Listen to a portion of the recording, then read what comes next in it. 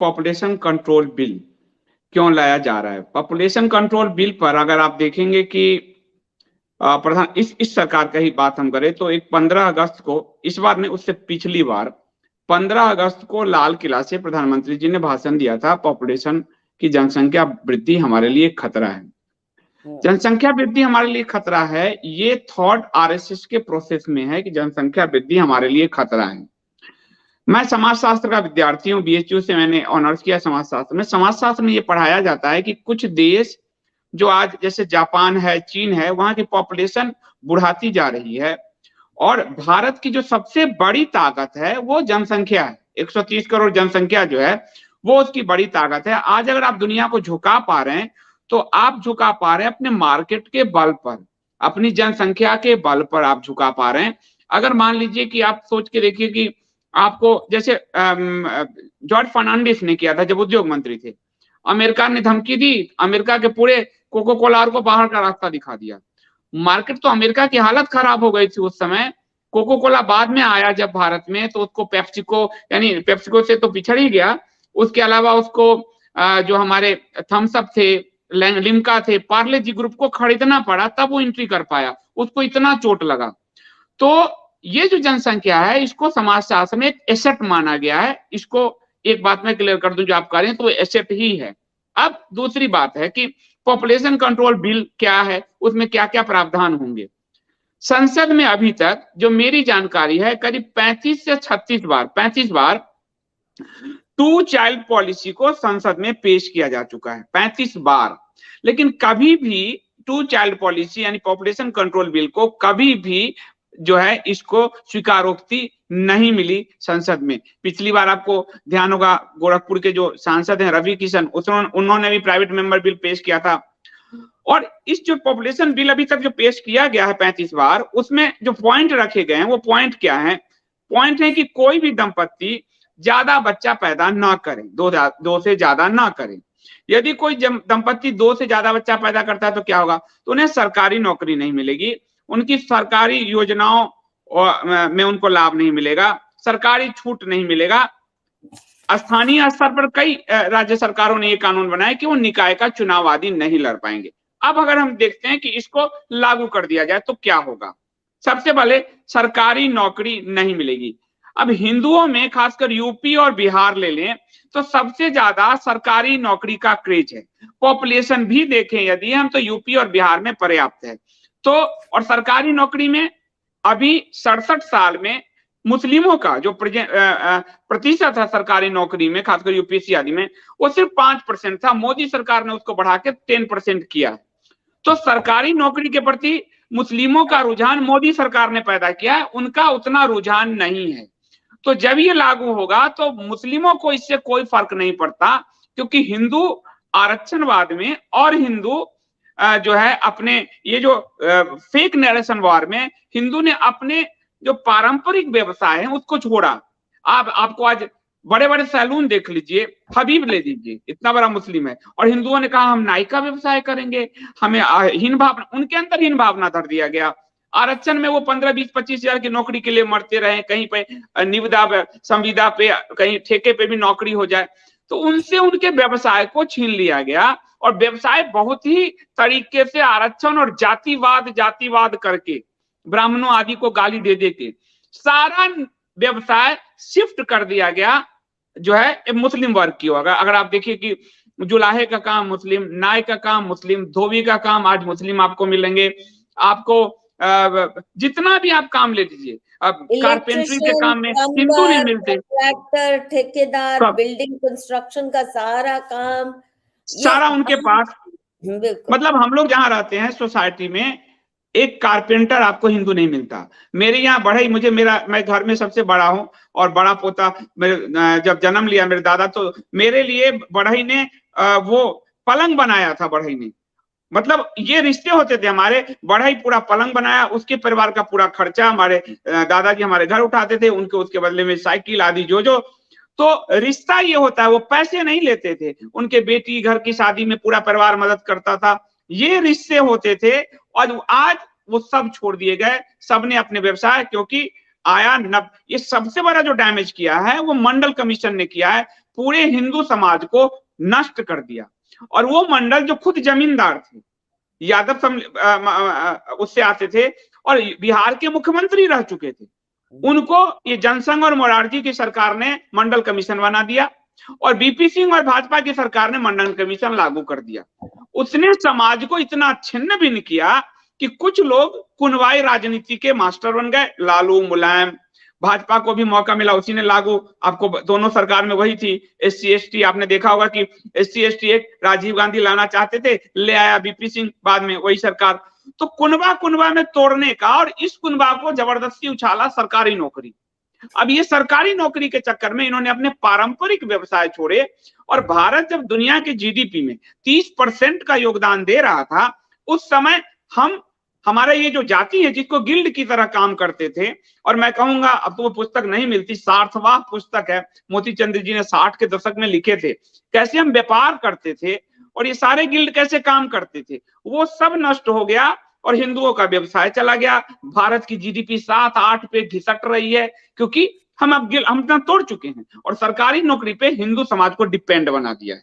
तो जब ये सरकार पॉपुलेशन बिल में कहेंगी सरकारी नौकरी नहीं मिलेगा, तो कौन अपने बच्चे कम करेगा? हिंदू करेगा, मुस्लिम नहीं करेगा, एक बात। दूसरा कहेंगे कि सरकारी योजनाओं में आपको लाभ नहीं मिलेगा। आज 30 से 37% लाभ मुस्लिमों को ये दे चुके हैं, ये मोदी सरकार। कांग्रेस ने नहीं दिया था, कांग्रेस इसको बैरियर बनाकर रखती थी, लेकिन मोदी सरकार ने, और ये खुद उनके अल्पसंख्यक मंत्रालय के आंकड़े हैं, मैं अपने मन से नहीं कह रहा हूं, कि जो अल्पसंख्यक योजनाओं के अतिरिक्त प्रधानमंत्री आवास योजना 36%, शौचालय योजना 33%, ये योजना, यानी 35 से 37% वो हिस्सेदारी दे चुके हैं। वो 37% की हिस्सेदारी लेकर भी भाजपा को वोट नहीं करते। आज देखिएगा कि पोलियो का मैटर हो, कोरोना का मैटर हो, उनके लाइफ पे भी थ्रेट होगा, तो भी वो वैक्सीन आदि नहीं लेते। तो वो 37% अपनी हिस्सेदारी छोड़ने को तैयार होंगे कि सरकारी योजनाओं का हम लाभ, लेकिन हमें अल्लाह मियां ने बच्चे दिया है तो हम बच्चे करेंगे। तो सरकारी योजना वो छोड़ भी सकते हैं, हिंदू नहीं छोड़ पाएगा, हिंदू नहीं छोड़ेगा। दूसरा, उनको मुस्लिमों को छोड़ने की नौबत भी नहीं आएगी, क्योंकि हर सरकार मुस्लिमों के लिए लॉ को वायलेट कर रही है, लॉ को तोड़ रही है। मुस्लिम तुष्टीकरण, तृप्तिकरण का जो अभियान है, उसमें वो किसी भी तरह से लौट के, मिट्टी में सो के, मर के, बस चप्पल चाट के, कैसे भी उनको तृप्त करे, भले उनका वोट नहीं मिलता हो तो भी तृप्त करे, ताकि अरब खुश हो, कतर खुश हो, UAE खुश हो, वहां के डॉलर आए, तेल के पैसे हों, हमारे यहाँ के लोगों के बिजनेस वहां पर सेटल हो। ये सारा प्रोग्राम है। वोट मिलना जरूरी नहीं है, तो मुस्लिम उस योजना के लिए भी नहीं झुकेगा। फिर लाभ लेने वाला, और लाभ लेने वाला जो आज सवर्ण कास्ट ले लीजिए, और जो जिनको आरक्षण नहीं मिलता, वो लाभ लेने वाली योजनाओं में नहीं है। तो उनके बच्चे अगर आप देखेंगे 1-2 1-2 1-2, वो जो हम पॉपुलेशन फाइट कर रहे हैं, वो सबसे ज्यादा हमारे, अगर आप देखेंगे SC ST वर्ग है, OBC भी अब अपर हो चुके हैं, तो उनके भी 1-2 1-2 बच्चे हैं। वो वर्ग जो लाभार्थी है, वो वर्ग जिनके 5 बच्चे 6 बच्चे आज भी हैं, उन वर्ग को कहा जा रहा है कि कहा जाएगा कि आपका हम लाभ छीन लेंगे। अब वो अपने 5 बच्चे को 2 बच्चे पे ले आएगा, तो फिर किसका नुकसान होगा? हिंदुओं का। फिर कहा जाएगा कि आप स्थानीय निकाय के में चुनाव में भागीदारी नहीं कर सकते। अब स्थानीय निकाय में मुस्लिम को आप देखिए कि जिन्ना के बाद मुसलमानों ने एक पॉलिसी अपनाई भारत विभाजन के बाद, कि लीडर हम मुस्लिम खड़ा नहीं करेंगे, इसलिए ओवैसी कितना ही खड़ा कर ले उसको वो सपोर्ट नहीं मिलता। हिंदू लीडर ही जो मुस्लिम हित को साधेगा। तो चुनाव में खड़ा कौन हो रहा है? हिंदू खड़ा हो रहा है, तो वो चुनाव के डर के कारण एक बच्चे पैदा करेगा। तो टोटलिटी में अगर हम देखेंगे तो पॉपुलेशन कंट्रोल बिल हिंदू समाज को बहुत ज्यादा नुकसान पहुंचाएगा। और माफ कीजिएगा, मोदी सरकार में संजय गांधी वाला बिल नहीं है कि वो मुसलमानों की नसबंदी करा सके। वो तो किसान बिल पे सरेंडर कर चुके, शाहीन बाग सरेंडर कर चुके, CAA पे सरेंडर कर चुके, NRC पे सरेंडर कर चुके। वो तो सरेंडर सरकार है, तो वो कभी भी मुस्लिमों को जो है आपको पॉपुलेशन बिल के लिए नहीं माना पाएगी। आपने देखा कोरोना में अभी सरकार ने सुप्रीम कोर्ट में कहा कि भाई हम नहीं जानते, हम इनका भागीदार नहीं है जो मर रहे हैं, हमने किसी को नहीं कहा। सारा जोर हिंदुओं पे चला, जो हवाई जहाज में चल रहा है, जो स्कूल जा रहा है, जो कॉलेज जा रहा है, जो रेल में चल रहा है, मुस्लिम समाज पे ने कहा हम नहीं लेंगे। आज भी पोलियो में आप देखेंगे कुछ परसेंटेज है, मुस्लिम समाज ने कहा नहीं लेंगे। कोई सरकार उस पर जबरदस्ती नहीं कर सकती और न किया है।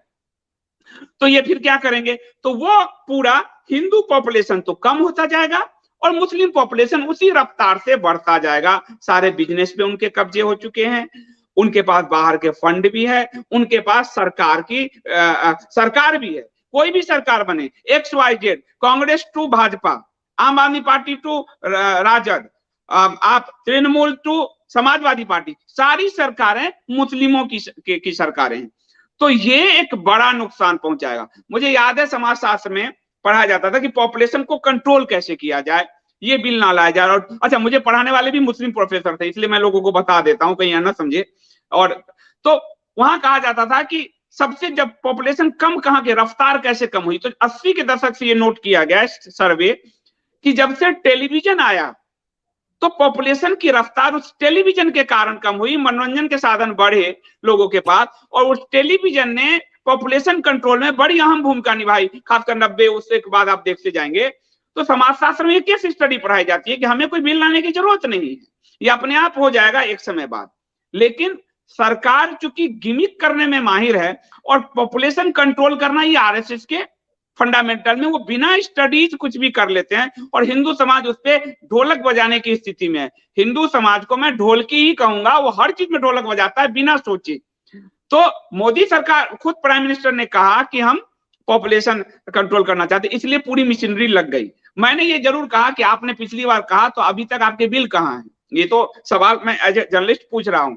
लेकिन वो बिल नुकसान कहां करेगा, ये बात साफ दिख रही है कि 10-15 साल बाद हिंदू जो अभी 1.8 पे है वो 1 पे आ जाएगा, और मुस्लिम का पॉपुलेशन जो आप आज 15% आपको 2011 की जनगणना में 13 से 15% दिखते हैं, वो वास्तव में 21-22% हो चुके हैं। और हिंदू पॉपुलेशन जो कभी 80% तक था वो 71% पे आ चुका है। भारत के 9 राज्य आज हिंदू अल्पसंख्यक हो चुके हैं, हिंदू की पॉपुलेशन नहीं है। ऐसे में ये पॉपुलेशन बिल पूरी तरह से हिंदू समाज के लिए एक डिजास्टर साबित होगा, और हर पार्टी इसका में लाभ और ज्यादा मुसलमानों को देगी, क्योंकि हिंदू समाज का भाग जब कम होगा, 2 बच्चे वाला से ज्यादा है और वो उसमें सरकारी योजना में नहीं आ रहा है, तो ये हिस्सा फिर उसको लोग देंगे, वो पक्का। और उसके लिए एक नए गढ़ लेंगे, क्योंकि संविधान निर्माताओं ने कभी भी अल्पसंख्यक आयोग आदि नहीं बनाए थे, ये सब इनके गढ़े हुए हैं मोरारजी सरकार के बाद से, जो ये अल्पसंख्यक आयोग और समथिंग, तो ये नया कर लेंगे। जैसे कि अभी उनको आरक्षण SC/ST में देने के लिए पासमानदाकरण कर लिया, तो एक नए टर्मिनोलॉजी ले आएंगे और पिछड़े हुए समाज में जिनको, और इसमें आपको जो संयुक्त राष्ट्र महासभा है उसका एक बिल इसमें मदद करेगा इनमें, क्योंकि उसमें फिर कुछ NGOs को बढ़ाया जाएगा कि आपको ये बोलना है या पुश करना है, और वो है प्रस्ताव 1969 अनुच्छेद 22। ये संयुक्त राष्ट्र संघ का जो है प्रस्ताव है, जिसमें कहा गया है कि किसी भी दंपत्ति को यह निर्णय लेने की आजादी है कि उसके कितने बच्चे होंगे। साथ ही बच्चों की संख्या को नियंत्रित करना अनुच्छेद 16 यानी पब्लिक रोजगार में भागीदारी, और अनुच्छेद 21 यानी जीवन की सुरक्षा और स्वतंत्रता जैसे संवैधानिक अधिकारों का उल्लंघन करता है, और इसका मुस्लिम समाज को प्रोटेक्शन करने के लिए बनाया जाएगा, ये तय है। तो संयुक्त राष्ट्र संघ की भी मदद आ जाएगी, संविधान की भी मदद, वहां प्रशांत भूषण जैसे संयुक्त पहुंच जाएंगे सुप्रीम कोर्ट में, और यहाँ हिंदुओं से के पॉपुलेशन बिल में हिंदुओं को फंसा दिया जाएगा, अभिमन्यु की तरह हिंदू को घेर के मारा जाएगा और हिंदू को पता भी नहीं चलेगा।